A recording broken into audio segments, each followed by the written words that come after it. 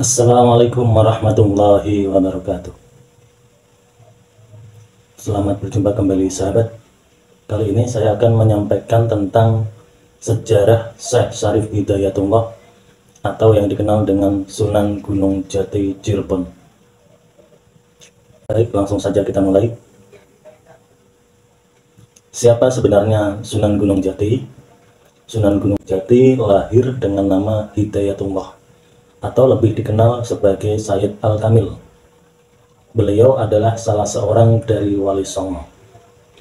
Beliau dilahirkan tahun 1448 Masehi di Kairo, Mesir, dari pasangan Syarif Abdullah Umdatuddin bin Ali Nurul Alam dan Nyai Rara Santang, putri Sri Baduga Maharaja Prabu Siliwangi dari Kerajaan Pajajaran.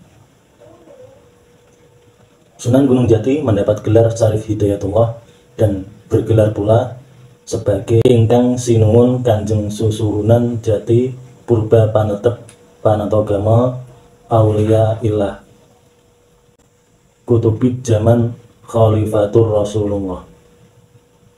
Adapun silsilah Sunan Gunung Jati, beliau adalah putra dari Syarif Abdullah Umdatuddin bin Ali Nurul Alam yang menikah dengan Nyai Mas Rara Santang, putri dari Jaya Dewata atau yang lebih populer disebut Prabu Siliwangi, yang bergelar Sri Baduga Maharaja. Setelah menikah dengan Syarif Abdullah, Nyai Mas Rara Santang bergelar Syarifah Mudaim. Ayah Syarif Hidayatullah adalah seorang penguasa Mesir. Beliau putra dari Ali Nurul Alim bin Jamaluddin Akbar Al-Husaini, seorang keturunan Rasulullah dari Sayyid Fam Al-Husain yang ke-18. Ada pula yang mengatakan ke-23, serta ada juga yang mengatakan silsilah ke-24. Namun yang paling masyhur adalah urutan ke-22 dari Rasulullah Shallallahu Alaihi Wasallam. Selanjutnya, pokok pikiran Sunan Gunung Jati. Pemikiran beliau sangat kompleks sekali, mencakup ketakwaan, kedisiplinan, tata krama, norma, serta kehidupan sosial. Salah satu pokok pemikiran beliau yang terkenal yaitu Ingsun titik tajuk lan fakir miskin, yang berarti mensejahterakan langgar atau musola dan memelihara fakir miskin. Pokok pemikiran tersebut terdapat dua subjek, yaitu tajuk dan fakir miskin. Sekarang kita lanjut riwayat hidup Sunan Gunung Jati. Yang pertama, proses belajar. Raden Syarif Hidayatullah mewarisi kecenderungan spiritual dari kakek buyutnya, yaitu Jamaluddin Akbar Al-Husaini, sehingga ketika setelah selesai menimba ilmu di pesantren Syekh Datu Kafi, ia meneruskan pembelajaran agamanya ke Timur Tengah. Dalam Babad Cirebon disebutkan, ketika Pangeran Cakrabuana membangun kota Cirebon dan tidak mempunyai pewaris, maka sepulang dari Timur Tengah, Syarif Hidayatullah mengambil peran membangun kota dan menjadi pemimpin perkampungan Muslim yang baru dibentuk itu setelah uaknya wafat. Untuk yang kedua, pernikahan beliau. Ketika memasuki usia dewasa sekitar tahun 1470 sampai 1480, beliau menikahi adik dari Bupati Banten saat itu, yaitu Nyai Kawunganten. Dari pernikahan ini lahirlah Ratu Wulung Ayu dan Maulana Hasanuddin. Maulana Hasanuddin ini yang kelak menjadi Raja Banten yang pertama.